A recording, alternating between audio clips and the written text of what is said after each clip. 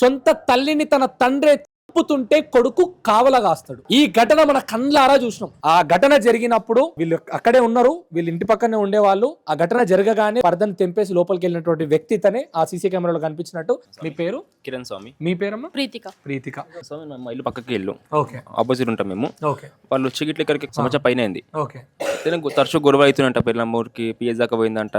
విన్నాం కొన్ని మేము గిట్లా, కానీ ఓకే సాల్వ్ అయిపోయింది అనుకున్నాం మేము గిట్లా. కానీ ఆ రోజు ట్యూస్డే నైట్ 11:45కి 11:50కి అక్క అప్పుడు ఇప్పించాను నాకు. గట్టి కొట్టి ఏమైంది అక్క అన్న, చిన్న అది చూపిస్తుంది.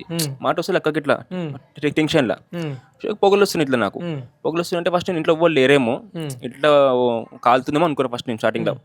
లైట్ బంద్ ఉంది కదా స్వామి, చిన్న చీకట్లు ఉంది కాబట్టి నేను ఎవ్వరు లేరు అనుకున్నా.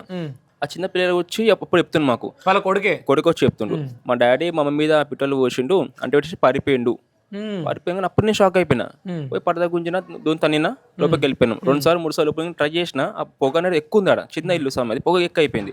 కళ్ళు మంట, నా శ్వాస వస్తలేదు నాకు. నా భార్య చున్నీ తీసుకొని లోపలికి పోయినా. అప్పటికే అక్కసారి డోరు కొంతమంది పలగొట్టేసారు, ఆమెకి ట్రై చేస్తారు బయట గుంజనికి ఇట్లా.